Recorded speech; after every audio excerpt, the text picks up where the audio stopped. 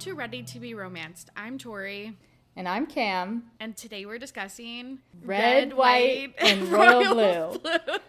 Cam, welcome to Ready to be Romanced. I'm so glad you're here. Can you tell the listeners a little bit about yourself?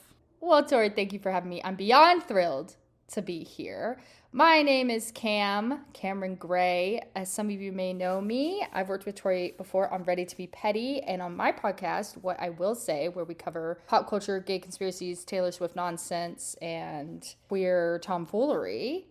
And I'm really excited to be here to talk about Red, White, and Royal Blue. Yeah, me too, because we were gonna choose the Sapphic Taylor Regency romance, and then I feel like someone suggested that we cover that, and then we both read the back cover, and we're just like, I feel like we could choose a different one.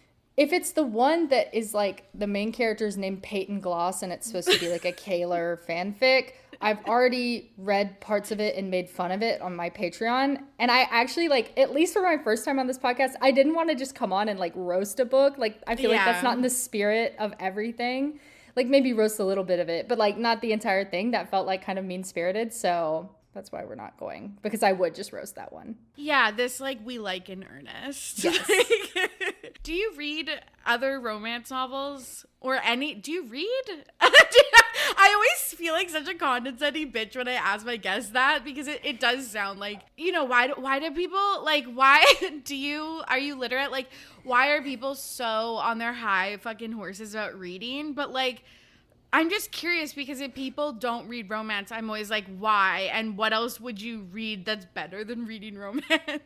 So, my relationship with literacy, I like to say that I don't know how to read because I don't read as much as I should. I used to read a lot. When I was little, I was not allowed to watch television.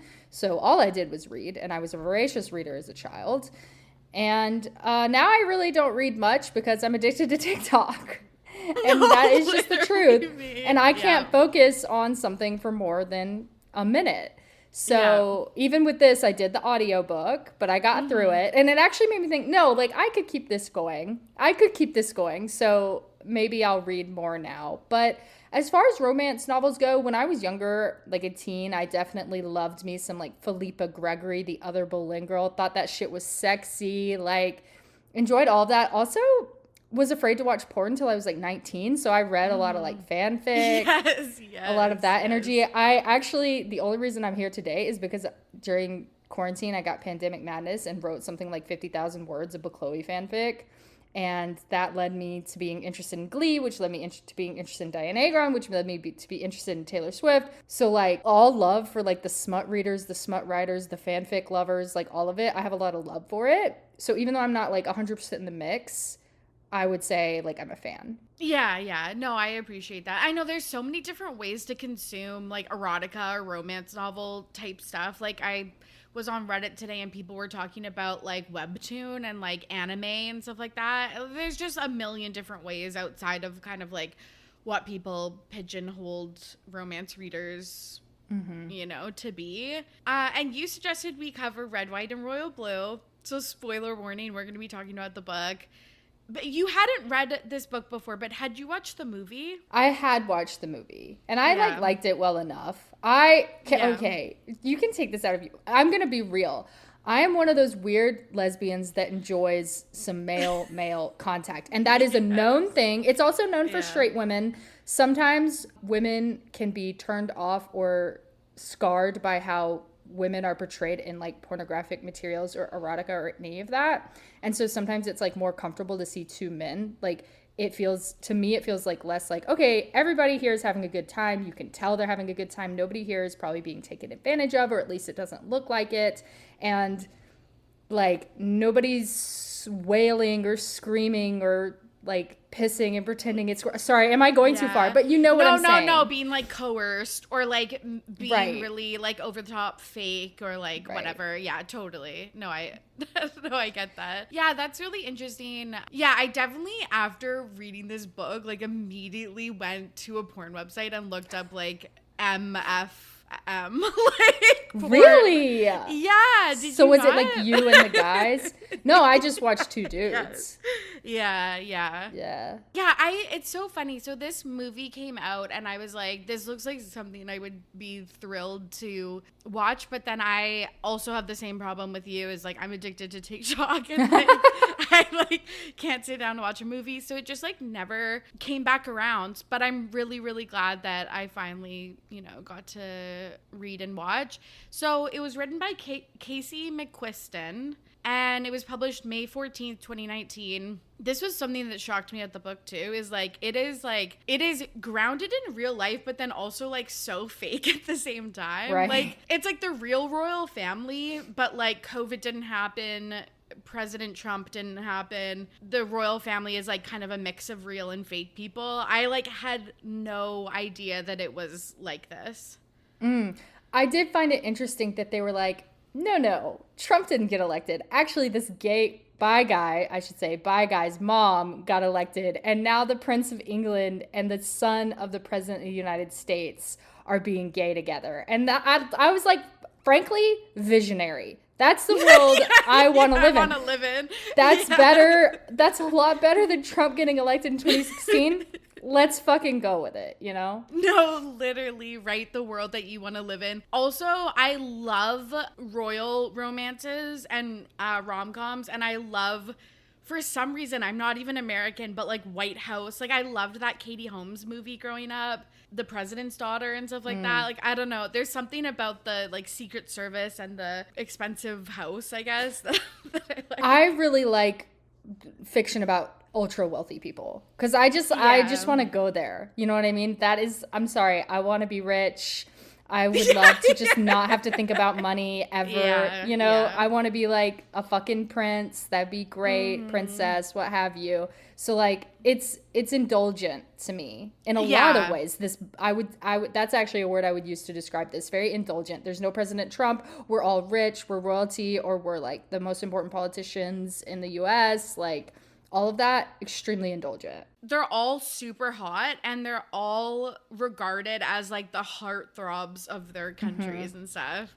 Yeah. Man, it was juicy. So the main character is Alex Diaz Claremont, who's the son of the first female Democratic president of the United States. Who beat Trump in 2016. But she's better than Hillary. Yeah. She's like all of the stuff was like assuming that politics could have good intentions and like not be corrupt and stuff like that. Right. Again, a beautiful world to live in. His mom and dad are divorced. His dad's Mexican. So he talks a lot about like the American dream and being a person of color in the White House and the pressures that come with that. And he has a sister named June, and they lived in California. They had like a working class kind of start, but then when his mom was elected, obviously they moved to DC. And he is a student. He goes to Georgetown, and he wants to study law, but he like is undecided, but he wants to go into politics. Right. Well, and they lived in California with their dad for a while after the divorce, but I think it's important that they grew up in Austin, Texas. In Texas, That's going to come into play big time at the end of the book. Yes.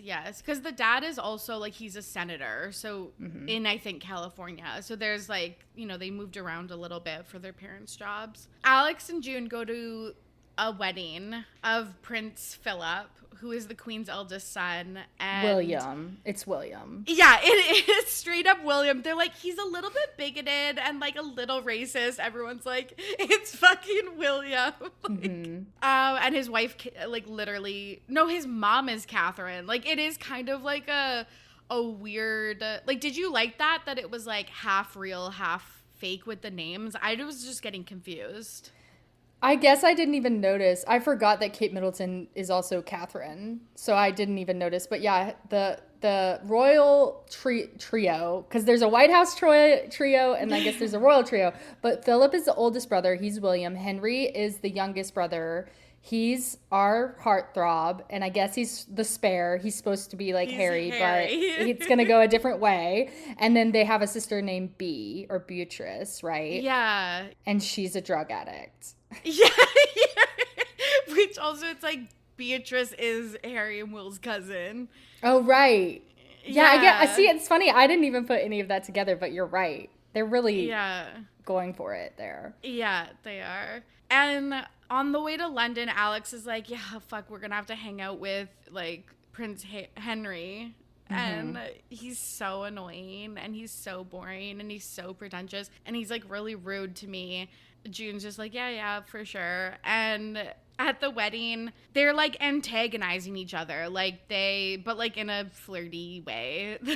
Can I just say, Yeah. the way Alex talked so much like how he hated Prince Henry made me dislike Alex. Like it took me a while to fall in with Alex because I was like, you need to chill. Of course, Yeah. I guess we kind of learn there's a jealousy at play and there's this sort of energy of like, do I want to be with him or do I want to be him, which is like a very queer thing that shows up in like queer courtships and flirtations and stuff. But at the start, Alex is so irritated and annoyed by Henry. It's almost hard to like side with Alex because you're like, bro, what is the drama here? Like, it's fine, you know? Yeah, no, I know. He's mad because Harry oh my God, I'm gonna do this the entire fucking episode. Henry like blew him off, I guess, when they first met at the Olympics, Rio. But I think it's like, yeah, it's just so transparent. I feel like it's very enemies to lovers coded, obviously, like that this guy just bugs him. We just don't know what the real reason is, I guess, at this point. But they like both, like they're kind of sparring with each other, verbally sparring with each other. And Henry asks June to dance, which pisses off Alex. Alex gets really drunk because he's like insecure and angry and stuff like that. And they end up kind of in a face-off and like a little bit of a physical altercation that ends up like toppling the really, really expensive wedding cake. The $75,000 wedding cake falls all over them. And Yeah. it's just rom-com hijinks. And I have to Exactly. it's funny. Like I've seen some people criticize like the movie or just be like, oh, this is so unrealistic. But you have to remember, and I feel like, and I'm sure people listening, like you're fans of romance, so you guys have sort of already forgiven some of the like unbelievable tropes. But I feel like what I love to see as a queer person, it's like, I like to see those same unbelievable sillinesses, like it can happen to gay people too. You know what I mean? Like this kind of stuff happens in romance novels. So I found it refreshing that like this time it's like two guys and the cake falls over. Like, I don't know. I thought it was charming. No, absolutely. Because we've read this 100,000 times with like hetero couples. And like, I really believe that why this book was so wildly popular is because they're getting the same treatment as any other couple would in any book, because like there's intimacy and there's intrigue and there's romance, also sex, like and some really like beautiful things woven together with like the characters' views of one another and stuff like that. I think that's why it was just so wildly successful. Agreed. But as you know, we know from our coverage of celebrities, when a picture of Cakegate leaks, they have to create basically a PR relationship between Henry and Alex to save face, which is funny too, because I was like, would have this actually had the situation blown over? Because I was like, I don't even think that the situation was that they got into a fight and the cake fell. For me, it would be like, Alex is a drunk and he needs to do some of the rehabbing his image. Yeah, I feel like if you're getting drunk enough to destroy something worth $75,000, it is like, okay, but yeah, instead of being like, well, you're going to give a talk to college students about the dangers of drinking or something, which feels like the more likely path to go down. They were like, fake dating AU. It's if they're not dating, but it's like, it's a PR. So we enter in another super charming trope. We have like a enemies to lovers boiling at play, but then we get like a fake dating, like you're having to pretend to date. Except of course they're not dating. They just have to pretend to have a bromance, and it gets called a bromance a bunch in the books. Yeah. And all the press is going wild for their friendship. Right. And when Alex is visiting Henry in London, they do like a TV interview and they're like doing a photo shoot. But then they go to a children's hospital. And for the first time, Alex is able to see Henry in a different light because he's so sweet with the kids in the hospital. Mm-hmm. But there's gunfire and the security think there's like a threat to their safety. So they're pushed into a supply closet. It's this is so good. Like the forced proximity stuff. Like it's very cute. The metaphor of them being pushed into the closet. Into the closet. Is kind of hilarious. Yeah. Not lost on us. No, we're too sharp for that. And they're like, I liked this part of the book. Like they're like always like kind of physically fighting and like pushing each other and like stuff like that. And they get in another argument, but Alex like finally tells Henry why he is always so rude to him and standoffish, and it's because of the time that they met. But then Alex is like, you could have helped me. I was like new to this world and you have been kind of raised in it. And Henry's like, I'm so sorry, but my dad had just died, so I was like kind of a dick to everybody. Yeah, he says, it's weird. He says very specifically, my dad had died 16 months before that. Yeah. And I will say, if you're a kid and your dad dies, you're going to be feeling that for years and years and years. Yeah. But at the same time, I was like, I feel like it should have been like 3 months before that or something. I was thinking right? Like, the same thing. Not to like put a timeline on anybody's grief. Sure. But I was like, that's like, it kind of felt half-assed when it was like a year and a half prior. Like you can be polite for 5 seconds. Totally. But I guess we learn there's another wrinkle of why Henry was standoffish towards him. We'll kind of learn that in the future. But yeah, Henry's excuse at the time is, we met at the Olympics and I was so rude to you because I was still dealing with severe depression due to my dad passing away. And then we learned that Henry still has depression over this. And I guess it's also a chemical situation. But we'll learn that Henry struggles with his mental health. Which is really richly written in the book and basically taken out of the movie. Mm-hmm. Some of these like more heavy plots. And so that was like, I feel like where the movie didn't do the book justice is like, we didn't get to see all of these pieces of either of these characters. And I know you have to cut stuff for time, and it is like more rom-com-y versus like romance drama or whatever, but I would have liked to see a little bit more of that. The pictures go off in the press, and I was thinking, what I will say, Nation would definitely be covering their relationship. Like, you would definitely be doing an episode on the bromance of Alex and Henry.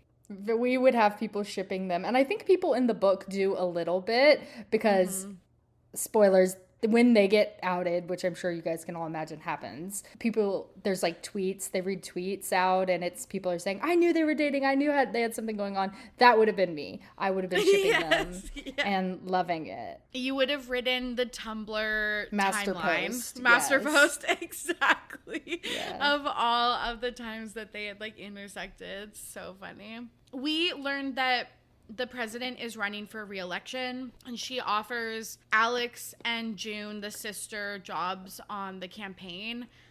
Alex is really stoked because, again, this is what his career is going to be, but June wants to be a journalist, and you have to have like journalistic integrity.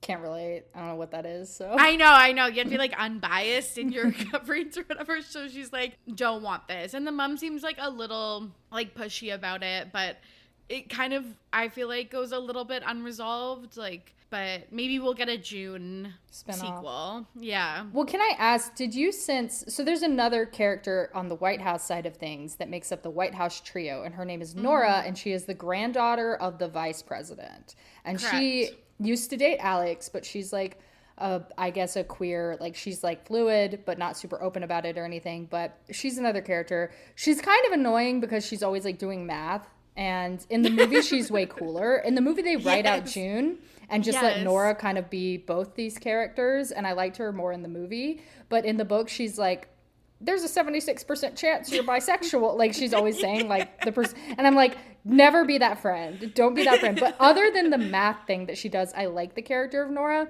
Did you notice, like, a little bit of tension between June and Nora? Oh, No, but I was like, this is a problem of me with reading. I'm very, like, I feel like I get very skimmy when it's not, like, the main characters. Like, Fair enough. do you think that there was, like, a vibe? There's just a few things, like, Nora's openly, to Alex, queer. And I guess they talk about this in a minute. But June is sort of courted by Henry's best friend. What's his name? Pierce? Or Yeah, Percy. But Percy. he goes by Pezza. Yeah, some kind of British nickname. So, but she never, and I think they'll like reciprocate and it'll be like a thing, but it doesn't happen in the book. But at the end of the book, there's a couple times where June, like, I feel like makes comments about Nora, which is interesting because Nora and Alex did date when they were young. It was like a casual thing. It was like a teenagers. They were on the campaign trail together. And so I thought that was interesting. And it's like, well, maybe June and Nora could date and everybody could be gay. I would be so happy for this series to become a series. Because, like, in romance novels, I don't know if you know this, but there's a lot of series, but each book is standalone. But it's, like, the characters in the world. Like, the main character's cousin gets a spin-off for the next book. I would love that. Yeah. So I was kind of like, is this here or isn't there? So I was interested in that. But I will say I like the dynamic between June and Nora. I thought that was fun. So yeah, and listeners weigh in if you caught something that I just missed. This was really fun, I felt, but it's Thanksgiving, American Thanksgiving, and Alex learns that the turkeys that get pardoned by the president. Is this an annual tradition? Yes, 2 turkeys will be spared from execution by the president. That happens every year. Okay. That's a real thing. It's really giving, like, Groundhog Day. Like, why? You know, gotta have something to do. I guess. So Alex learns that they stay at a 5-star hotel paid for by the taxpayer. So he's like, no, this can't happen. Let's keep them here. And even though the White House is probably 300 rooms, they put the turkeys in his room. And Henry and Alex have been like sending the occasional text message to each other.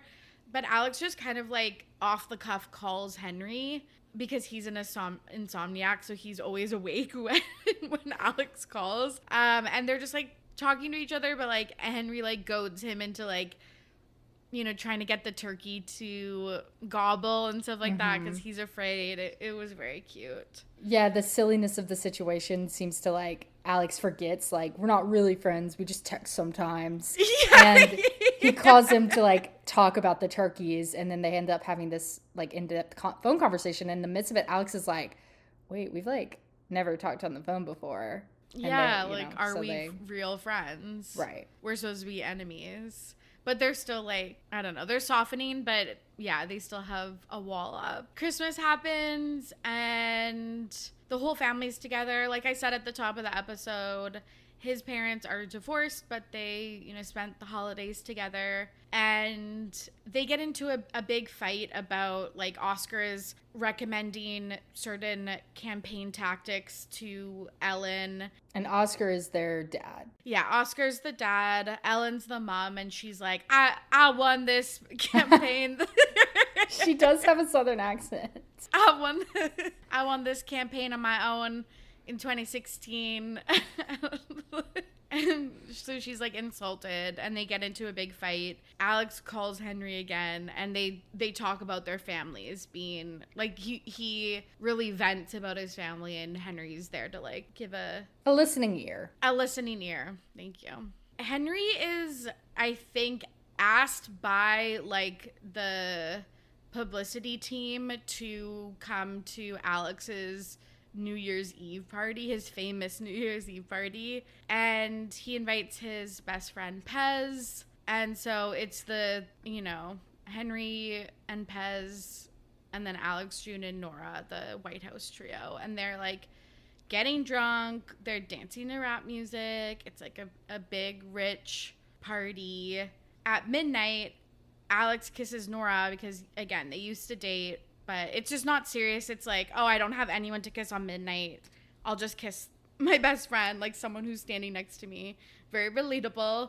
And Henry gets upset and leaves the party. And then Alex sees that and goes and finds him and asks why he's upset. And Henry kisses him. And then he, like, fucking ghosts immediately, which is, like... Henry is so brutal with ghosting. There's literally 3 or 4 times in this book where he just fucking leaves. And it's kind of upsetting to me. And I do feel like that first of all, ghosting should be illegal. And when I texted, I was like, chapter 10 has me in my feels, because that's when he really does it. And like, yeah.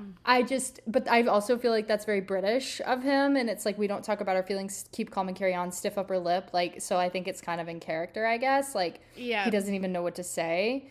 But it's kind of funny that Henry makes the first move, because he is sort of the, you know, buttoned up one a lot of the time. But it seems like the alcohol is flowing at the party, and he got emotional overseeing Alex kiss Nora, and yeah, he goes for it. He gives this little speech about, like, the people I want to date I'm not allowed to date. Yeah, and Alex is like, bro, what the fuck, bro? You're like the hottest guy in your country. You can date anyone. Yeah. And Henry's like, you're really not understanding this. And then he kisses him. He's like, how can you be so daft or whatever? Yeah, and then he just disappears into the night. Yeah, this is, again, really good tension. I still like the arguing. I'm an enemies to lovers girly. Yeah, I guess he is really thrown, like, Alex is thrown for a loop, because not just that Henry kissed him, but he's like, oh, like, I really liked that. And what does that say about me? Throughout the book, like, really battles with this, because being, like, politicians' kids, and then obviously Henry being a member of the royal family, at least Alex talks a lot about how he didn't really explore this, and he actually had hooked up with another guy, Liam, in high school, but also just kind of thought that was like messing around. He didn't really take it as anything more serious than that. Yeah, I found this part of the book to be pretty well written, and I'm not surprised, like, the writer is queer, because of just the sort of denial, the mental gymnastics that some people will go through to, like, not quite face down their sexuality. Not saying that is a bad thing, but that's just, like, very relatable. Mm-hmm. And he says, because I was so sure I wasn't gay, is sort of his thought process, because I enjoyed being with women. So you have that issue with, like, bisexual visibility and people not even knowing that, like, bisexuality is an option, and also just, you know, some of the denial I found to be pretty relatable and bittersweetly written, because it's just like, oh yeah, that's a baby gay. He doesn't know, but, you know. Because Alex is feeling like he needs to settle things with Henry.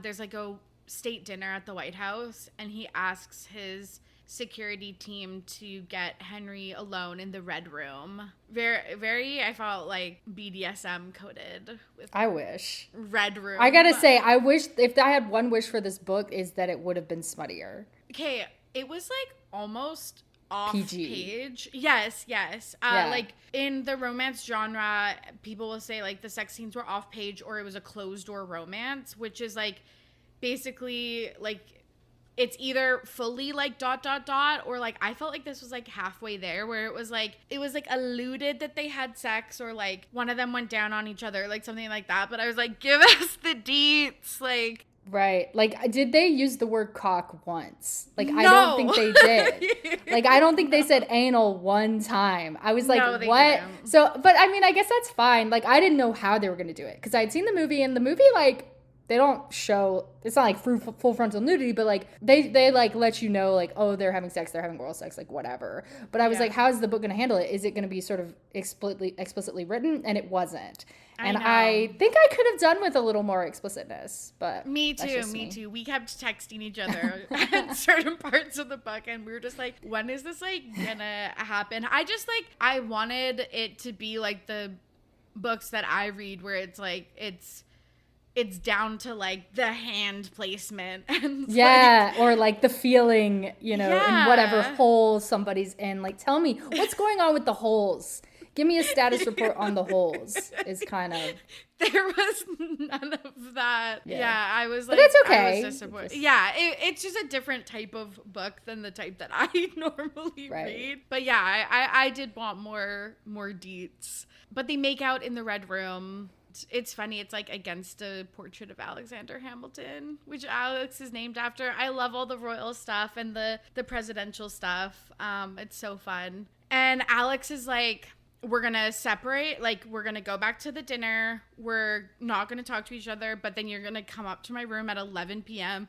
and I'm going to do unspeakable things to you. And this is when I'm like, woo! I'm throwing my Kindle. Tie him up. Yeah, like I'm throwing my Kindle out the window. They go down on each other. And Alex is like, just an FYI, like, I am bisexual. And he's like, no, I'm like super gay. He's like out to some of his friends and sounds like he dates and or sleeps with men, but like he's not out in the public or to his family. And they're like, this is so classic romance novel too, is they're just like, we got to keep things casual. Like, I think we should be friends with benefits. And it's like, no, you like fucking love each other. We see their relationship evolve. They go to a polo match of Henry's and they go to Paris. And there's a moment where June confronts Alex about sleeping with Henry. And Alex is like really surprised that she figured it out. I don't know. I was like, you're kind of annoying, June. I felt like June. You thought Nora was annoying. I thought June was annoying. It's interesting. I did feel like it was kind of I don't know. Do I think it was kind of unbelievable that June figured it out? And I guess it just depends. But sometimes I feel like in fictional settings, such as a romance novel or a rom-com or something like that, the main character is like very obviously the main character. And it's like, okay, we really think the president's daughter, who's a journalist, like doing all these high pressure jobs, also has time to like investigate what her little brother's doing, who by all accounts is like a little man whore. Like, they don't say it, but like he's supposed to be the hottest guy in the country and the most eligible guy in the country, and there's girls lining up to date him, and he's been happy to do so. And I just feel like, I don't know, like I thought I found it a little unbelievable that like June is like keyed in. Like, I feel like in the real world, most of these like young women who are like very career driven are not paying that close attention to like their little brother's sex life, who is known to be like a bit of a slut. So also, she was so keyed in that she whips out like a J14 and is like, yeah, remember when you used to just like pine over this picture of Henry? Right. So fucking funny. So they take a trip to West Hollywood, which this was like so unrealistic. I was like, so you're going to like the gay neighborhood in Hollywood as the most famous people in the world, and that's just like you're undiscovered at this point. But they go out clubbing, they do karaoke, it's like really fun, and then Alex and Henry sleep together for the first time. Yeah. Not to get too spoilery about the movie, but like I hated the way they did it in the movie compared to the book. Well, in the movie, is it when they're in Paris and he's like, we should make love tonight? Yeah. I hated that too. The book was fine, and I feel like you would be kind of wasted and just like go for it. And the movie, they're like, it's a little more romancy, and which like I appreciate, they deserve their romance, but like I just felt like it's like right now you are friends with benefits, so it's fucking weird that you're like, we should make love under the lights of the Eiffel Tower versus like just a drunk hookup after a night of clubbing when you're F with B seems way more realistic. Yeah. I just remember you texted me and you were like, oh my God, they're finally like hooking up. And I was like, yeah, it took forever for them to do anal. And you were like, oh, they're just giving each other BJs now. And I was like, oh, you're not even to the anal yet. But it's not, as I've complained, it was not super graphic. Yeah. But in the book, it was like a fun read still. Even though it did nothing, I will say nothing in this book made me horny. No, yeah. It made me happy. Like, I was happy for like queer love. But like, it was not a sexy book. Yeah, I feel that too. Like, I was misty-eyed and like I was smiling and like laughing and like enjoying myself. But yeah, I wasn't like horned up, except for that one time that I did.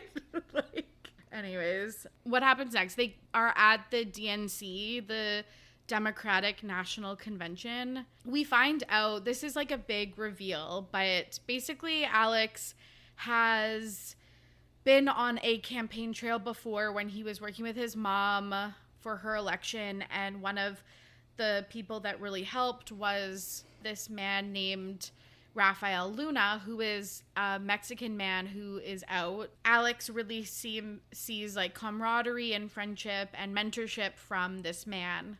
And he worked for him for a while after this. He was like his intern. Yes, yeah. So they have a very close relationship. I guess at the DNC, again, my American politics are a little rusty, but they're like, this is when they officially announce the nominees for who's running for president and vice president.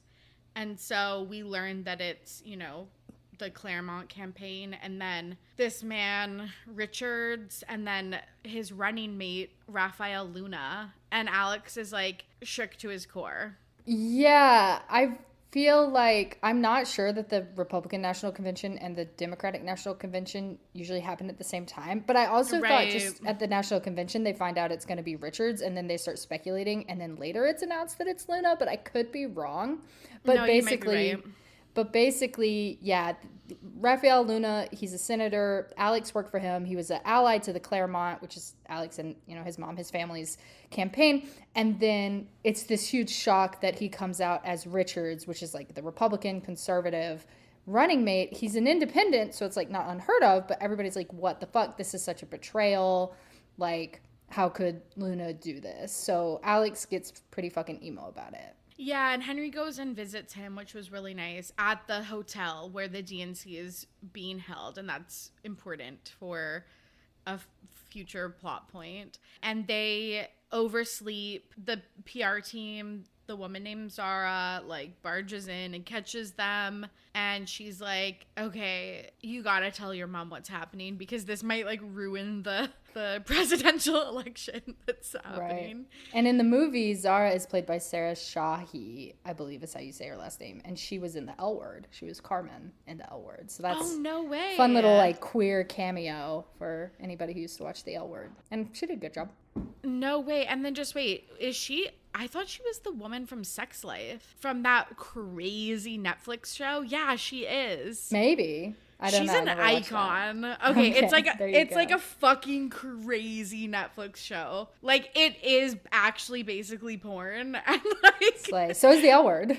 Yeah, I don't say that like lightly. Mm-hmm. Oh my god. Man, okay, yeah, icon. So yeah, Alex comes out to his mom. His mom is like so like nuts. She does like obviously care for her kids, but she's like, I'll just draft up a PowerPoint to discuss like your sexuality and how it, I don't know, is woven into our political aspirations. She has a slide in her PowerPoint that says the B is not silent about bisexuals, which is very cute. But at first he's like, Mom, I think I'm bi, like I've been seeing a guy. And she's like, great, I love you for who you are. Did you make the guy sign an NDA? You know, it's all good. Like, as long as he'll be discreet, we're going to be good here. And then he's like, well, it's Prince Henry. And she's like, this is an international, like, calamity. Yes, like, we will go to war with the British. Like, this is going to ruin everything. I don't know if that's true or not. Like, does that make it more complicated? I don't know. I guess it would. But the tune in the room, like the tone of the conversation changes when she realizes that it's another famous person, and it's not only that, but like an ally's spawn of course, like the royal family, like they are involved with politics, but they're not. They have like a prime minister and stuff. So like, yes, yeah, he says but that the drama's in the good. Movie. The drama is juicy, like right. It raises the stakes. Yes, the stakes are high, but like, yeah, he mentions that in the movies, like they're just like figureheads at this point. So, but yeah, I guess it would still be a big deal. And she removes Alex from his campaign because he's too much of a liability, which feels homophobic. But is it okay? But let me. And then this, I was like trying to understand, because they had given him a list of girls that he should date, like public figures that they wanted him to date, just because like, go out with these girls, it would look good. Like that happens at some point in the book. And then like, so he's allowed to date. And then she's like, oh, okay, well, if it's a guy, it's okay as long as he'll be discreet. But then when it's a prince, he's getting fired from the campaign. And I was like, if he had been dating Princess Beatrice, would he have been fired from the campaign? And I feel like no. So then I was No, like, you're so right. you know? No, you're so right, because they wouldn't have thought it was bad. They would have like touted the relationship. Like they would have used it, I feel like, to their advantage. And in fact, well, we'll talk about it in a second, but like there's like a fake relationship that goes forth for Henry for a second that is like similar, and everybody's fine with it. So like I was just like, it's not fair, you know. And of course, listen, it's a fictional book and it's like mostly a happy story, but I was sad that he was fired. That seems so fucking harsh from his mom's campaign just because he's dating Henry. But yeah, and actually, what is the liability there? I mean, I guess that they break up and we go to war with England, but again, it's like he's not dating the prime minister. He's dating a figurehead. And not even the king. Yeah, right, literally, the spare. Yeah, totally. So I don't know. Yeah, that's really interesting. Also, I felt like this was an interesting point because it was covered in the movie too, about like parents talking to their kids about sexuality, and like they are talking about how Ellen, the president, like she's a Democrat and she's so progressive and like stuff like that. But she just didn't talk to her kid at all about being queer or like. But she is from Texas, and like I actually can see that because like my parents are progressive. No, I think it's never talked about sex anyway. No, right. no. Right. I'm saying it's realistic. Yeah. I'm just saying if you are truly a progressive person, fucking do better in your parenting. Mm-hmm. Yeah. I think this is the norm for sure. Yeah. But I'm like, how are you saying you're like so progressive if you like, I don't know, are assuming your kid's straight? Mm-hmm. Just a thing to think about. But overall, like in terms of like a coming out sequence, it's not as devastating as a lot, and it's mostly happy, and there's like some levity.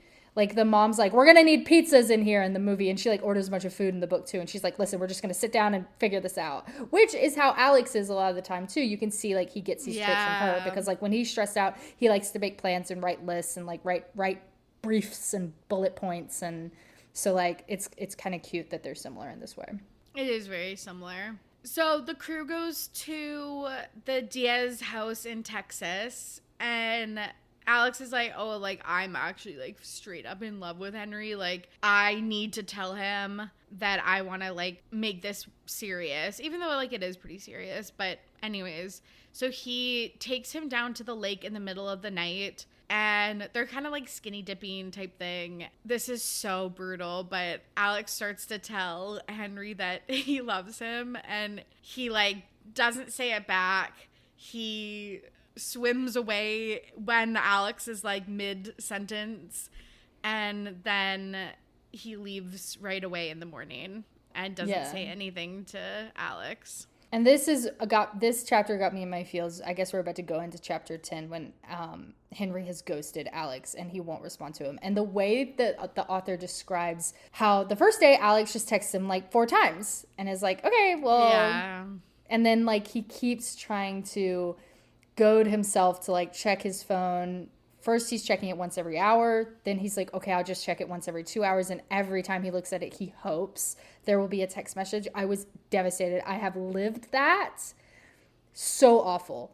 Awful. Ghosting should be illegal. It should be a crime. It's so awful to just like think somebody's like on the other side and not know what they're thinking and not know why they're not talking to you, and like awful. It really had me in my 100%. Unless the person is like a stalker or like posing a threat to your safety, there is no reason to ghost. It is just the sign of our times, I feel like. Even though this probably happened in the old days too with like letters or something, but like probably, but a lot slower. I will say it's like Henry's perspective, of course, as you can probably imagine, is that I belong to England before I belong to myself. I cannot have a public gay relationship. And Alex is talking about how he loves me. He's not only saying that, but Alex gives him this speech about how after the campaign's over, we'll come back to this lake house, just you and me, and we can like fuck out here on the dock. We don't have to care if the neighbors see. We can just like be naked the whole trip. We can hold hands in public. Yeah, and we'll just have such a wonderful time. Once the campaign's over, we can just be open and free. If my mom gets reelected, then there's nothing holding us back. And it sort of all hits Henry that like, well, maybe that's for you, but for me, like, I have the pressure of the entire royal family holding us back. And I think he maybe he didn't know that Alex was like open to going public like within the next basically year or two, and or didn't know that Alex was like falling in love with him or whatever, but like the gay panic sort of is what leads him to do the ghosting, which I still think is unforgivable in a way, but it's at least understandable. He's not just trying to be a dick, like he is very much like having a panicky moment. Yeah, and to give Henry a little bit of credit, it is a lot different than like the president versus the royal family, I feel like, in terms of duty, etc. Because it's like the first son of the president of the United States, like what did they... It's literally Hunter Biden. You can literally just be a fucking felon, piece of shit, drug addict. Like, you know what I mean? Like, it's nothing. It's not great for the president if you are going to be that. But it's like, if she's reelected, then she's not running for anything anymore. She can't run to be president again. So who fucking cares? Exactly. And so it's more his political aspirations and career that, of course, Alex does want to be like in Congress. He's like, I want to be in Congress by 30. Like, maybe run for president someday, but he's willing to part with that. Whereas Henry, you are in the royal family, you are born into it, and you are that for life. And we have seen, what's interesting is, and I feel like a lot of this book has to have been, at least in part, inspired by what's been going on with Harry and Meghan Markle. And what will the English public accept? And it's not just what will they accept, because it's like, oh, he was allowed to marry her. It's like, whatever, fine. But then, like, the racism that she faced from the British public and press, and not all the public, but the nasty public, it's like, it almost, trigger warning, but it had her suicidal. So can you imagine the amount of homophobia? It's like, it's not just, are you allowed to be this way or not? So to be fair, it probably is a big weight on Henry, and not just, oh, Henry, I'm trying to protect myself as a Prince of England, but it's also like, I want to protect my partner, because Harry and Meghan basically had to leave the country and not be in the royal family anymore. Yes, Alex is also Mexican, so there's another aspect to that. Right. Also, I was just thinking, it's like he had almost like made peace. Like, I will be out in my personal life, but not in my like professional life or whatever, public life. And I feel like he just always maybe thought he wouldn't meet someone that... Or he had the idea that he would meet someone, but nobody with a public platform that would kind of just be okay. Like, oh, this is my assistant, which is like what a lot of queer famous people do. It's like, that's just my personal assistant. Yeah, they work for me. They work for me for years. They travel with me. And it's like, oh, they're auntie to my kids, or like whatever. They're like an uncle to my children. And you can like, that is some way that like famous queer people move. So maybe Henry thought, like, oh yeah, like if I meet a nice man, there can be something very discreet and under the table, but like it can't be the president's son. Like aspiring congressman can't just become your personal assistant, Yeah, so there's another like avenue where that doesn't work. Like the other part that they didn't really talk about is like he also, as a working royal, can't just live in the US. And then Alex wants to be a congressman and like go into politics, but that also means he would stay in the US. So there's just logistically a lot that they would have to like figure out, which they kind of allude to at the end of the book about Henry maybe doing some charitable work in the United States. But yeah, Alex is distraught. He buys 2 plane tickets for him and a security guard to like fly to London. He and Henry get back together. They're like, okay, we like want to be in a relationship. They exchange I love yous, and Henry takes him to the museum, the Victoria and Albert Museum. They slow dance to a song. And when he's leaving, Henry gives him his signet ring, and Alex puts it on this keychain he wears around his neck, or like kind of like a necklace, but like a key to his house in Austin. Yeah, Alex has always worn the key to his old house in Austin. I think so he like doesn't forget where he came his from, roots. Like a blue collar sort of working class background. He doesn't forget where he came from. It was a little on the nose. I know. I thought it was corny too. And it's ugly in the movie. Cheese. It's like, it just looks like fucking spare key he had made at Lowe's. Like, I don't know. But hey, it is what it is. But yeah, this signet ring comes off. And I think that's, of course, there is, some imagery there of like the signet ring is something he's gotten because he's in the royal family and it's the royal signet. And so he's taking that off, saying, I can part with this part of my life if it means being with you. Very, very cute. So there's some leaked footage that comes out of Henry visiting Alex at the DNC. And so you mentioned this, but they have to basically like fake date other people to prove that, you know, they're hetero and there's no romance brewing between the guys. And this is like really tough on them, obviously, to like have to go on like staged dates. But this is like, the book like really kicks it into high gear. So like this is happening. And then like Alex also like goes and confronts Raphael Luna for betraying his family, and then like but also comes out to him. Yeah, and like slips in that he's fucking dating Henry, and then like they like there's a full on leak of all of their emails, which this sucked. Like this is like all of their personal emails, like just the absolute breach of privacy. Like also the emails were so like personal and stuff like that. Like I was like livid. I was like almost like angry crying at this point. Yeah. Well, and this is something we've seen, right? Like the lack of privacy. And it's funny because like literally the constitutional right to privacy is what got sodomy laws overturned in the US. So a violation of privacy, I think, is very pointed here, that if they don't come out on their own terms, their emails get leaked. First, a video is leaked, but they cover it up, right? This video of them, I think Henry's like going to Alex's hotel room, so it's like security footage from an elevator, but it's like, okay, they cover it up because they have an old picture of June giving Henry a kiss on the cheek, and they sort of crop it and make it look like June and Henry are dating.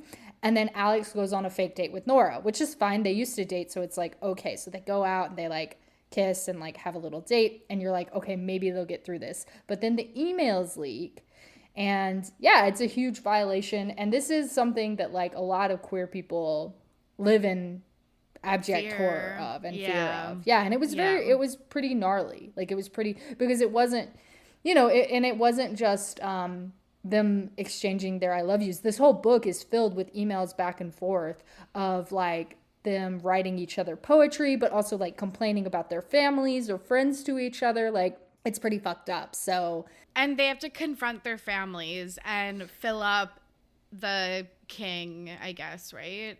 He is going to be king. Okay, so here's the royal family. There's Queen Mary, that is Philip and Henry's grandmother. She is still ruling, and she is just Elizabeth II. And I actually think they changed it to a king in the movie out of respect for Elizabeth, because they were like, we don't even want to make Lizzie seem homophobic, even though she probably was. But like, I don't know, IRP, Lizzie. Yeah. But then there is their mother, Catherine, who is still affected by the sudden death of her husband, Henry's father. And she is like just off doing like a the lady that sits by the window routine of like not being a mother and not really being invested, because she's having like mental health struggles in dealing with her grief through losing her husband, even though it was all those years ago. And then there's Philip, who will be king. So it's like, he's the brother. Right. Yeah, and Catherine seems to be okay with Henry and Alex's relationship, but Henry, like, really isn't. And so Philip really isn't. Philip really isn't, sorry. And they're having this, like, argument, and Alex is, like, trying to stand up for Henry and stuff like that. And Henry's sister interrupts and was like, okay, I know that you guys think that this is, like, the end of the world, but, like, look, there's literally worldwide support. And they open the curtain, because that's where they live, in the Buckingham Palace, where they're just in the room behind the fucking balcony. And they like open up the curtains, and there's like huge crowds supporting Alex and Henry. And there's one time when Alex is like driving somewhere, he sees like a mural of them together and stuff like that. Someone just whipped it out real quick. But I actually do believe that shit would happen. I actually do believe that shit would happen. The gays would be out. Yeah. Totally. So because of this public support and Catherine's support and stuff like that, Philip ends up apologizing, and they like make a plan to have the palace support both Henry and Alex. But Alex has to go back to the States because it's the re-election. And this was so weird. June was like, oh, by the way, Nora's just been gone for 2 days. Right. She's buttoned up somewhere. We don't know where she is. Yeah, but it's because she got an anonymous tip of who leaked the emails, and it's from the opponent's email server. Yeah, Governor Richards, the evil Republican. And then Alex freaks out because he's scared that Luna outed him. Yes, because he's like, well, how would they have known to look? And then he's like, oh my God, Raphael, Luna.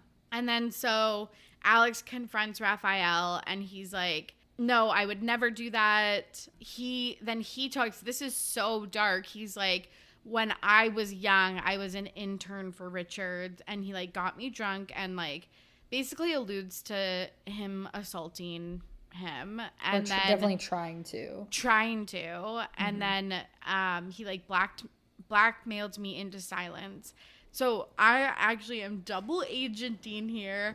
I'm working on the campaign to finally expose Richards for the bastard that he is. Yeah, and then the election day arrives and Ellen gets reelected, and we kind of get our like happily ever after because everything kind of resolves itself. Henry is going to run some youth homeless shelters in the United States as his like charitable organization. Alex is gonna take the LSAT and become a lawyer, a civil rights lawyer, and do some work before he becomes a politician. Yeah, they win the election, everyone's celebrating, and then Alex and Henry ride bikes over to the house that Alex grew up in. He pulls that key on his neck chain out. Can I just say, I liked that we got a happy ending. I liked that we gave Nora something to do. She's like, I debugged the code. It's like, have you seen Jurassic Park? No. Oh my God. Really? Okay, no. For anyone who's seen Jurassic Park, you know at the end when the teen girl like does all the hacking and she's like, I can fix this, and she hacks into the computer systems. Nora's doing that for like 2 days straight. She saves the day. Like she's able to prove that it was Richard's campaign that outed them as like political nefariousness. What I didn't love is that like, oh, of course Richards is like a closet case and this gay predator. Right. Because in so many queer stories, it is, for some reason, it always has to be another gay person that is the villain. Yeah. And they do make a point to say, Luna says, with him, it's not even about sexuality. He's just a predator. And so, like, okay, it was a power thing that he, like, made sexual advances on him, I guess, or whatever. But, like, in Love, Simon, it's another gay guy that outs him. I think there's several instances in these big queer stories where it just has to be another queer person that is the villain. Now, what I will say is, like, yes, the University of Georgia did a study, and they found that homophobic men were also more likely than your average man to be aroused by, like, gay pornography. So, like, okay, it's a little thou doth protest too much kind of situation. Yes, that is a thing. But at the same time, in these big marquee, like, we're just getting the first generation of like gay love stories that are for the general public. Your Love Simons, your Red, White, and Royal Blue, like that kind of vibe. I just kind of hate, and I feel like it's happened in other stories too. Nothing's springing to mind. But I just kind of hate that it's another gay person that has to be the villain because sometimes it is, but a lot of the time, guess what? There's just shitty, evil, homophobic straight people. And it doesn't have to be some twisted, like, double reverse back, alley-oop back to, like, oh, it's another gay. I wish it had just been, like, he's, like, a Trump-esque character, Richards is. And it's, like, he's just a piece of shit. And it's not some twisted, like, also he's gay, too, No, I completely agree. Also, it's like, it did make the book, like, kind of complicated. Like, right. I don't even think we needed half this Richard stuff. Like, I think he could have just been the Republican nominee to release the footage. Like, because that's what they do. Yes, yeah. Like, it did seem like all of a sudden I was like, oh, there's layers to this that, like, I personally didn't really need. I needed more anal, less subterfuge. No, but literally, it's, like, more sex and less, like, conspiracy, like Right. like conspiring against your enemies. And I liked that in the movie they like just cut all of that shit. Like, Although in the movie, it's another gay that betrays him. It's like this journalist that he used to hook oh up yes, with that leaks it. it's the Liam character. Yeah, you're Right. totally right. Right. Yeah, 100%. Yeah. Oh yeah, it's because it's like kind of the Liam character, like someone he used to hook up with, but then it's also it's a journalist or a reporter that is a stand-in for Raphael Luna too. Right. So, They yeah, combine those two yeah. characters. Yes. So it's like this person. So like Raphael Luna is this person that Alex looks up to, and he's like an out gay man. So that's cool. And then Liam is actually a great character. I mean, kind of basic, but like a great character. He's this guy in high school that Alex used to hook up with, and he thought like, oh, all guys just jerk each other off, which from what I hear is true, but what do I know? But but like it's only gay when some of them do it, I guess. But Liam is like, Alex calls Liam up in the middle of the book and he's like, hey, was it gay when we jerked off together? And Liam's like, I'm at lunch with my boyfriend, and yes, it was gay. But like, so like, it's fine. But yeah, in the movie, they sort of combine those two characters, and the journalist character outs him. And it's like, there it is. Like, why can't... It is the same. Like, in so many of our stories, it is straight people that are villains. In most of our stories, if we have a villain, it is straight people who are being, like, uncool, for lack of a better word, are being villains to us because, like, in their straight privilege and in their ignorance, they don't understand, like, obviously there's nothing wrong being queer, so on and so forth. And so, like, if there's a way that the book let me down, aside from lack of anal, it would be that. And yeah, the Luna conspiracy, here's what I will say. What I can give credit to the Luna of it all is that there's this big mystery of like, why has this guy, he's an independent, but we saw him as an ally, teamed up with literally like the Donald Trump character. And you find out he's doing a double secret agent, like reverse, secret, whatever, to figure out if he can sort of out Richards for being a predator and an abuser, and if he can stop him from the inside. And I guess you figure that out and you're like, okay, cool. But did we need that mystery subplot? Maybe we did. I'm not a writer, but, Yeah, sometimes I say the exact same things on this podcast. It's like, just simplify, simplify, simplify. Like, I've just read so many books nowadays, like, especially ones written in the last, like, 5 years.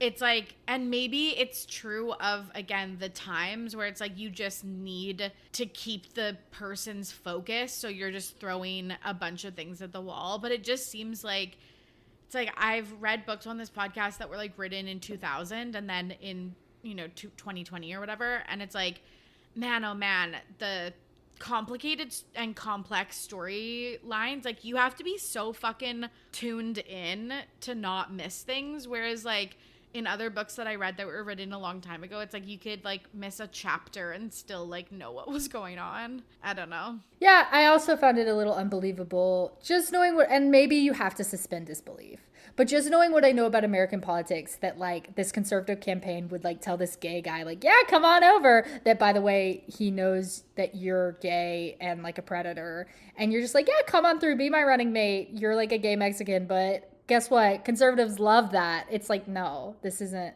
the most believable thing in the world, but it did bring everything together.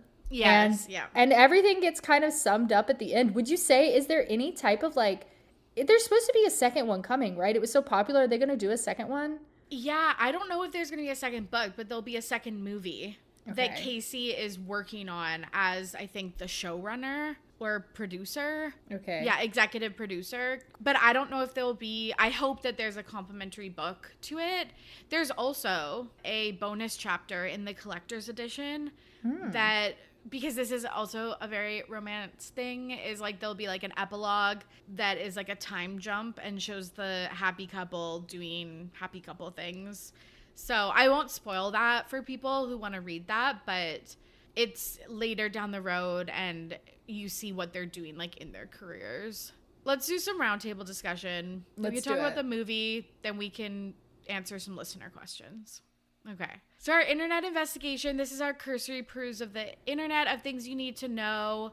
Casey McQuiston came up with the idea during the 2016 US presidential election while they were watching a season of HBO's Veep and reading a Hillary Clinton bio by Carl Bernstein. I'm surprised anything wholesome came out of watching Veep, but that is like one of my favorite shows ever, so that's fucking hilarious. Have you ever seen it? No. Oh my god. Sorry. It's kind of surprising that this came out of Veep. I feel like if I were inspired by Veep to write a romance novel, there would be way more anal. That's all I'm going to say about that. Okay, but then also they were reading The Royal We by Heather Cooks and Jessica Morgan, which is supposed to be a movie, but it's basically Prince, Will, and Kate's story.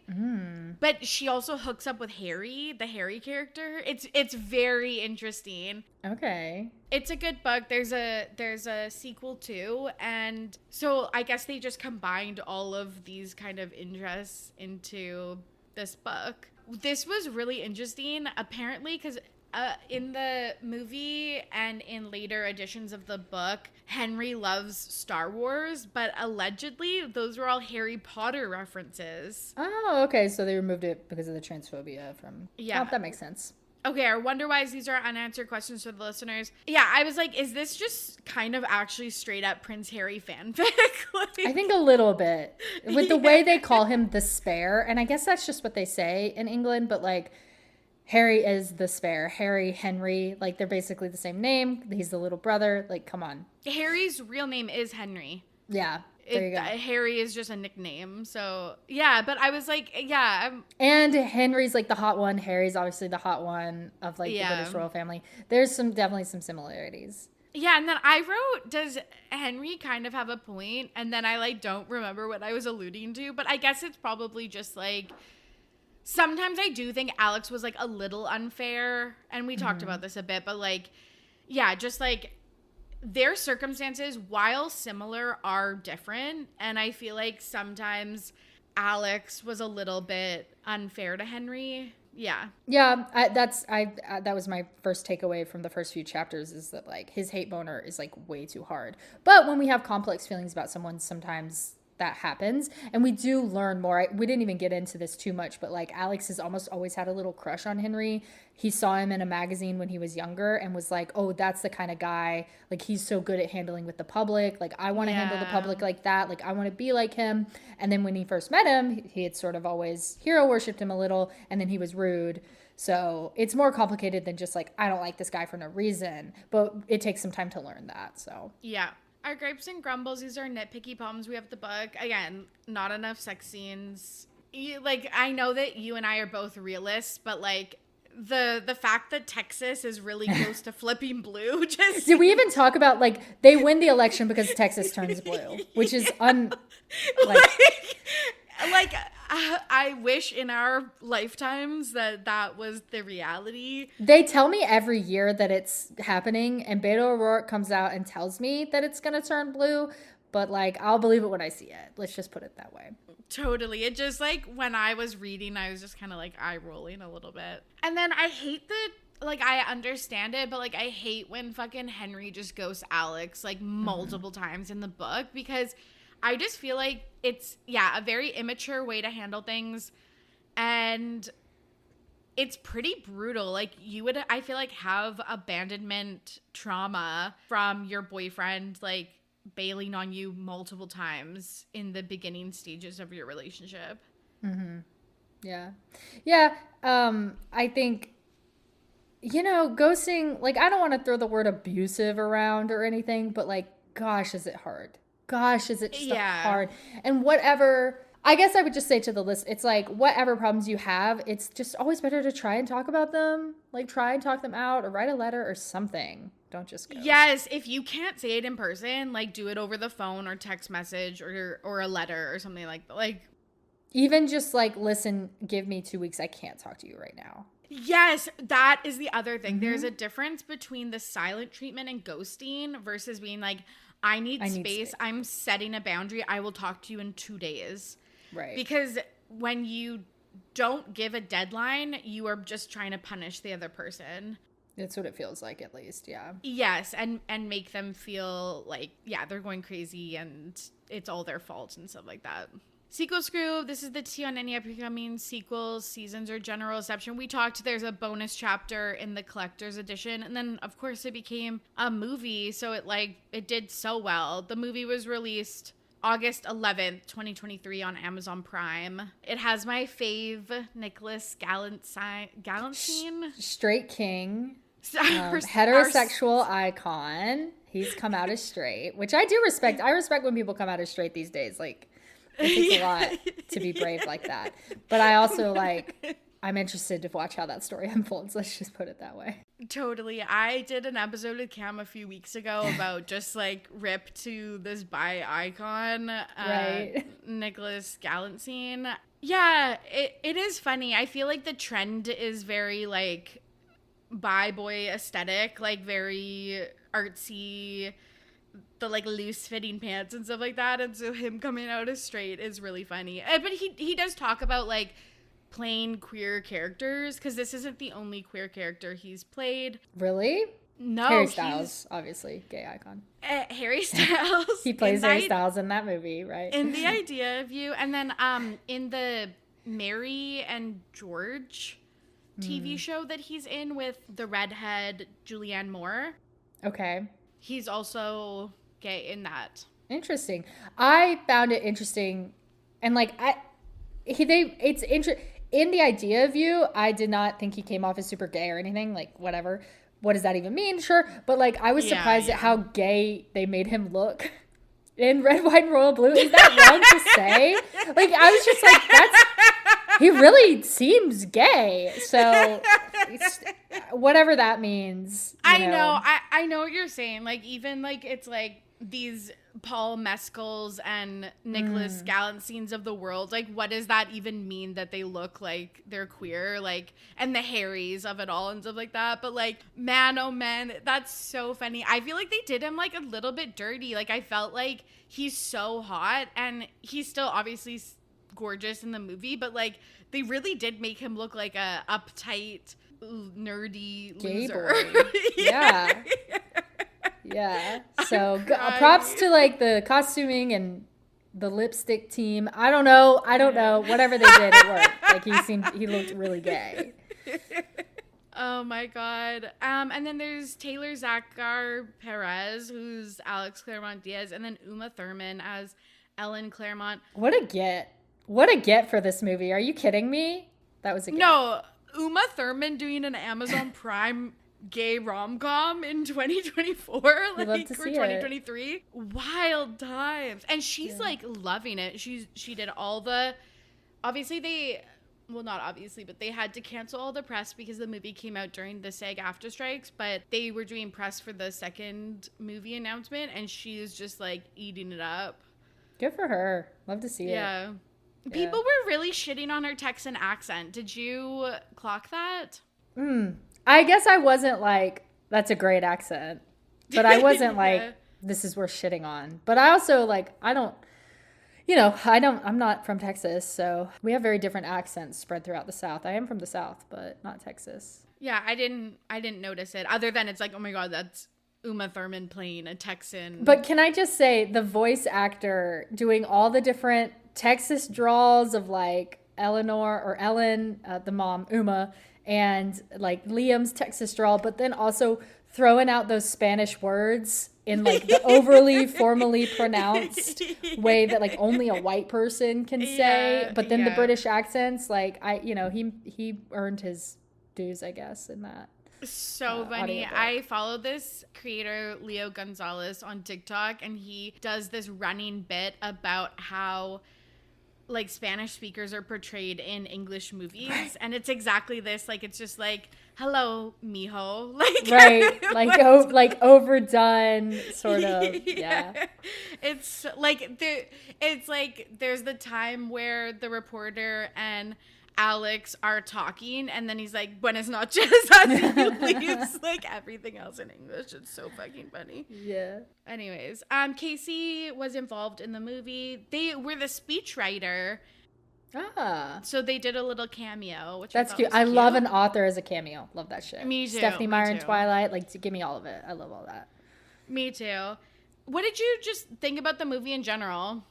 I really liked the first half, and the second half just felt like scenes strung together. I don't know why, but that's... The book was kind of like that too, I felt, though. Like, again, in that, like, last third, I thought, when it would just, like, went balls to the wall with plot It points. just felt very like, okay, and the plot moves along. Okay, Yeah. and now we are in the next scene for the next part of the plot to be revealed. And I, as somebody who's talentless and like can't write, like, I don't know how you would fix that, or like what they did wrong, or if they did something wrong. But just like, just as how I felt it coming in, that it hit me more with the movie than with the book. But maybe you're right, the book had that issue too. But the movie really, like, I read the book. I watched the movie a while ago. I read half the book. I watched half the movie, read the other half the book, watched the other half the movie. I was just trying to get all of it in.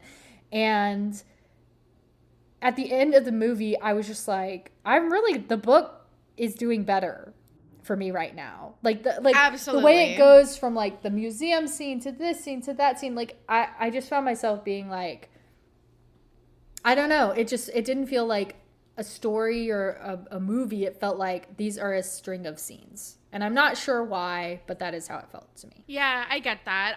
I really will say I liked when, because the book is so much of them texting and calling and emailing.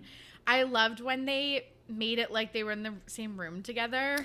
Yeah, that was cute. It had some, like I said, the beginning of the movie I really liked. It had some good montages. I love a montage of them like starting to text more and fall for each other. But yeah, lots of good stuff for sure. And I really liked the beginning of the movie. Like, I was like into it. I was like, okay, these guys are hotties. Like, this is fun. Like, so obviously they like each other. How's this gonna go?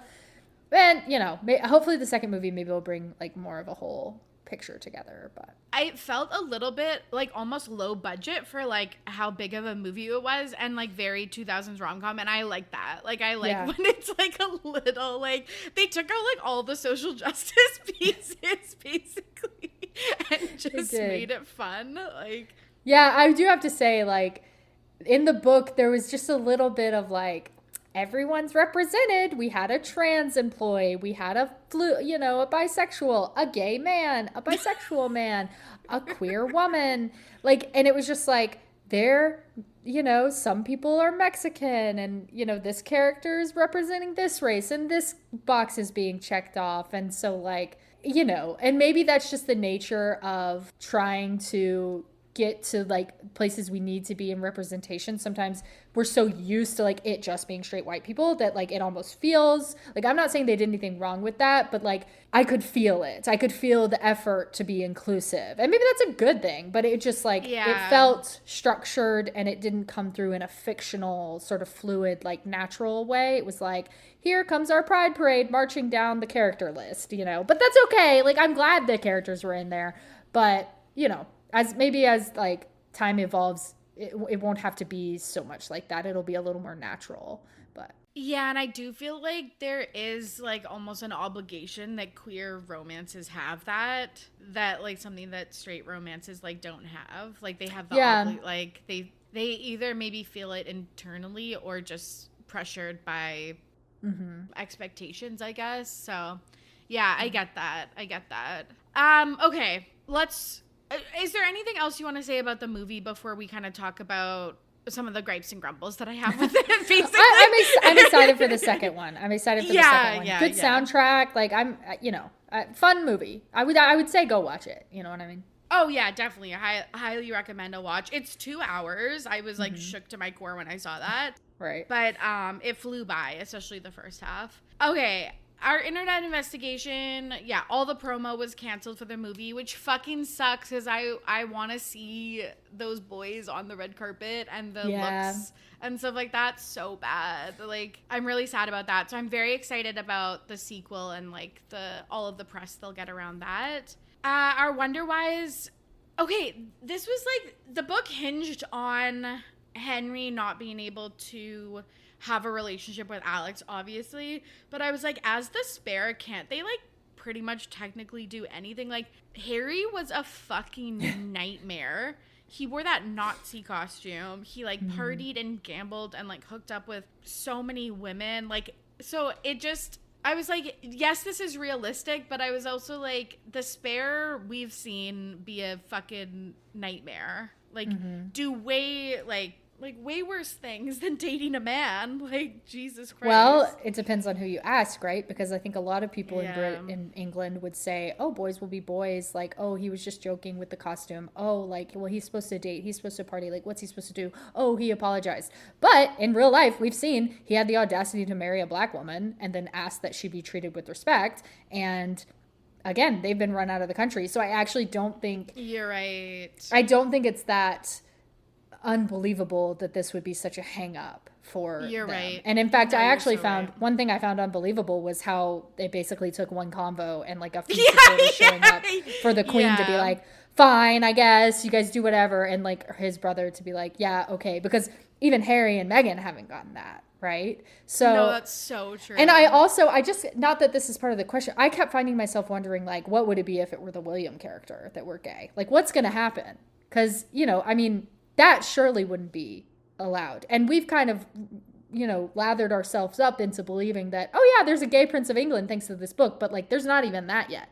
When will we have a gay member of the royal family? There have been gay members of the royal family. My eyes are on Louis. Like, I'm just keeping my eyes out on all of them.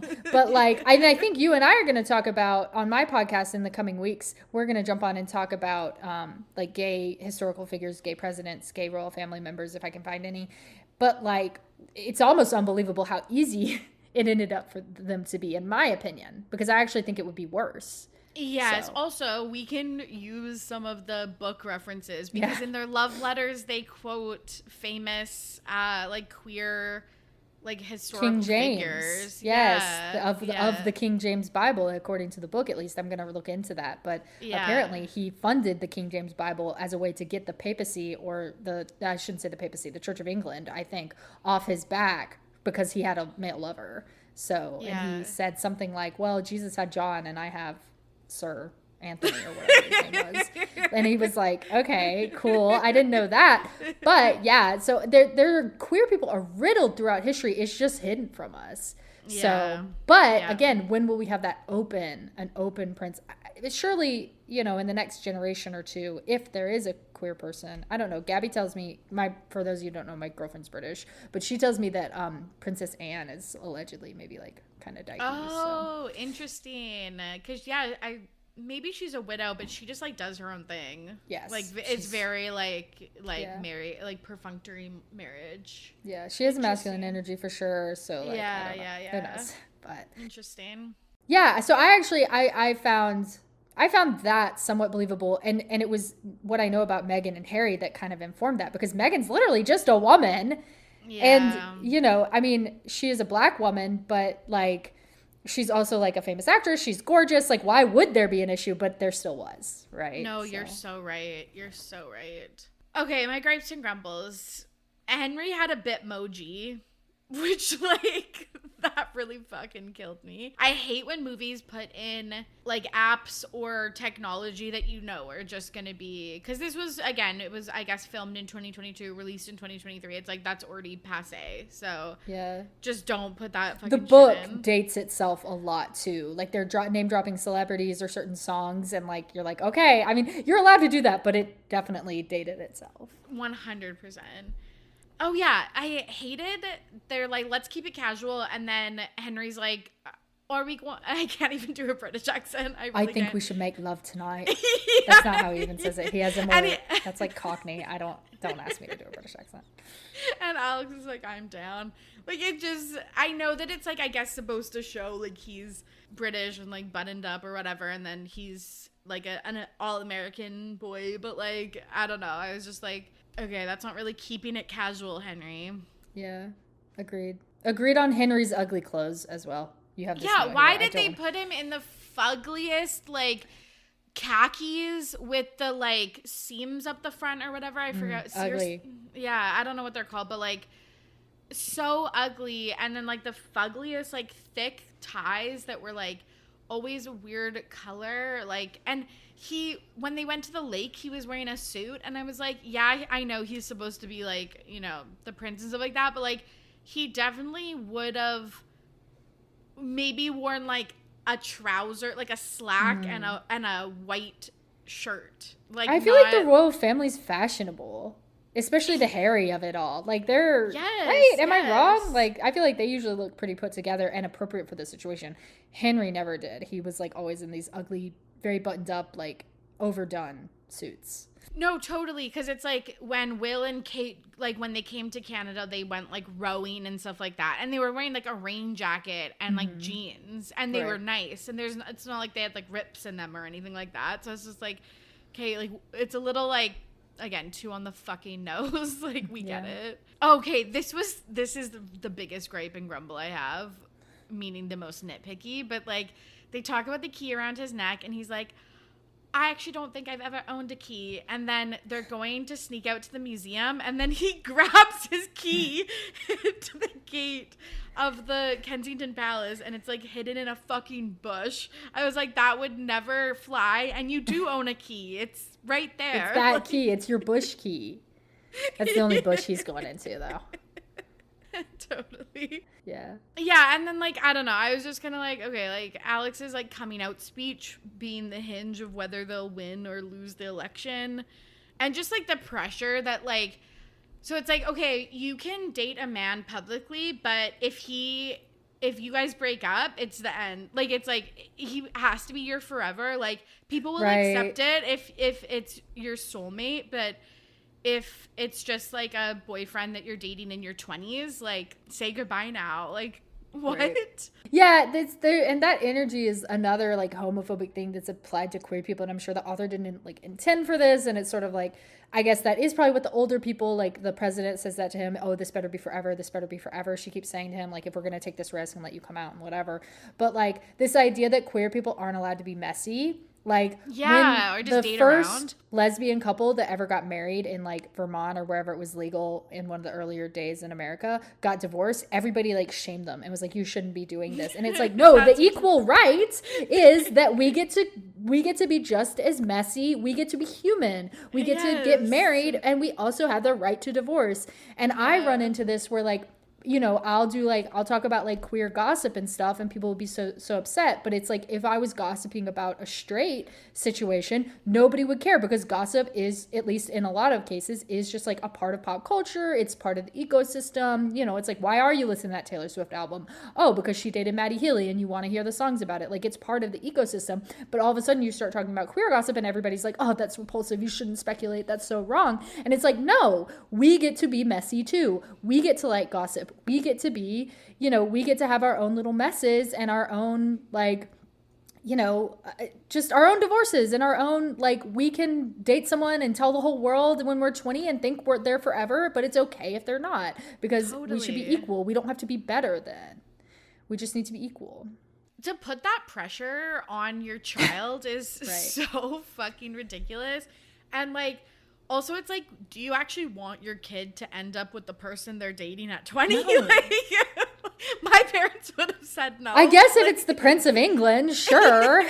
If it's a good situation, I guess. Yeah, but like, I've actually, that whole this better be forever almost turned me off, because as someone in my 30s who's, I think, about to settle down, I'm like, well, I'm glad I waited until now, because the people I was with in the 20s was like not it. And the person I was in my 20s would have not been capable of finding the person I'm supposed to be with forever. So it's 100%. Just like, that was a turnoff in like the romance of it all, because that's like part of the romance is that like some of these 20s romances are doomed, and that's part of that makes them beautiful to me though. Like, doomed romance could be just as beautiful in a story as like, you know, that forever love.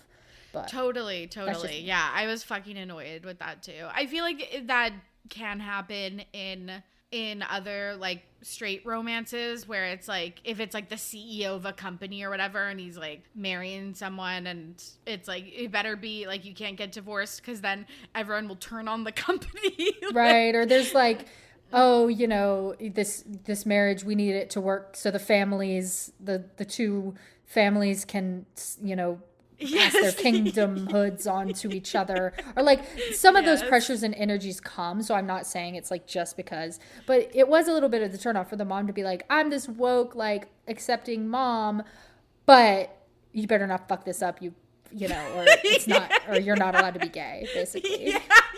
If you don't marry him, you can't be gay. Yeah, exactly.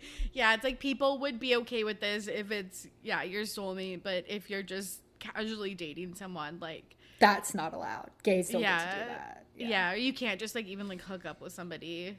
You have to define it as some type of romantic relationship. Right. Okay, sequel scoop. We know the next movie is coming out. Casey will executive produce.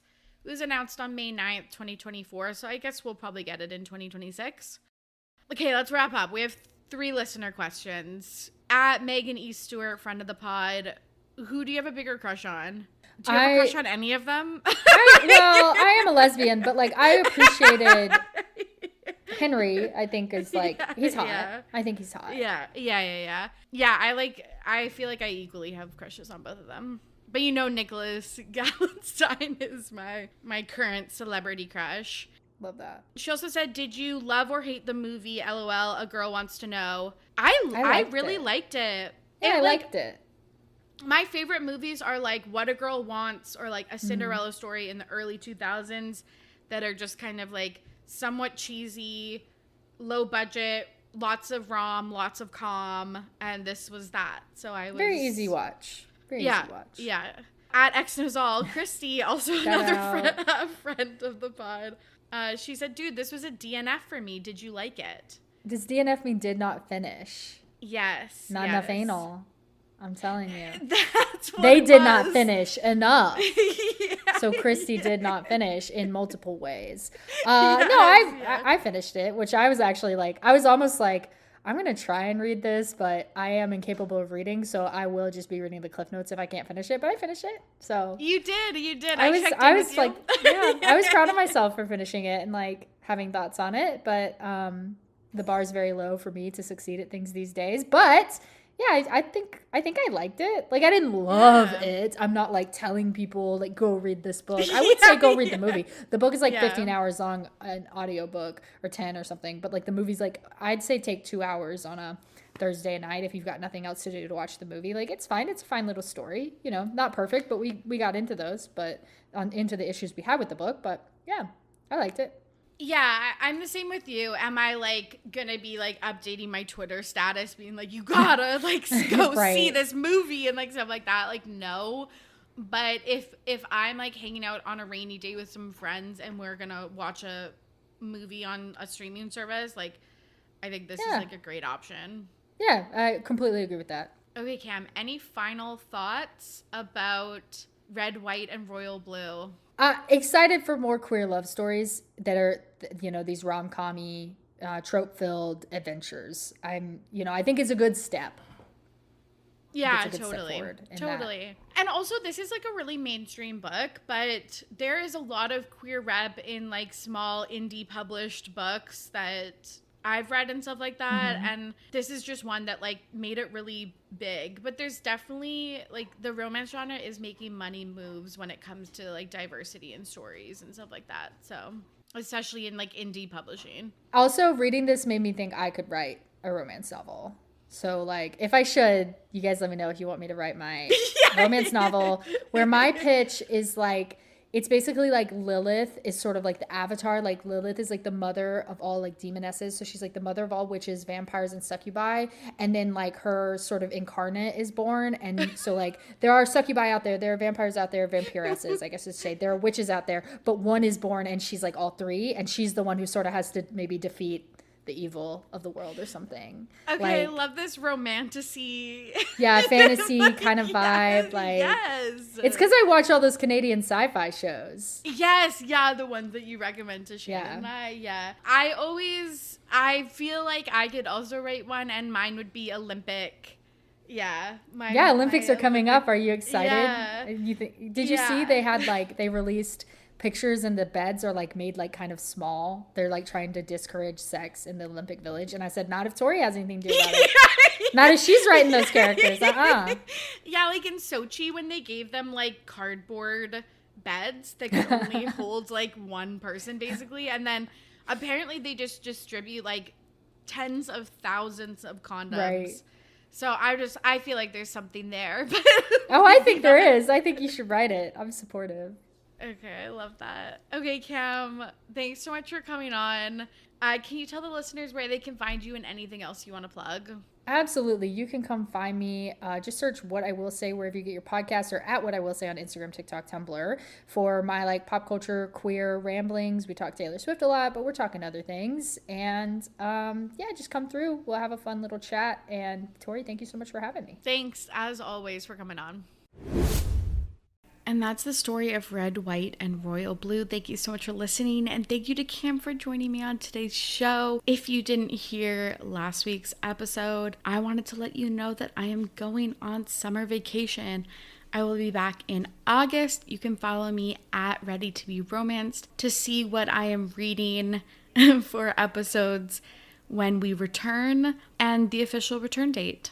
Before you go, please subscribe and leave a rating and review on Apple Podcasts and Spotify.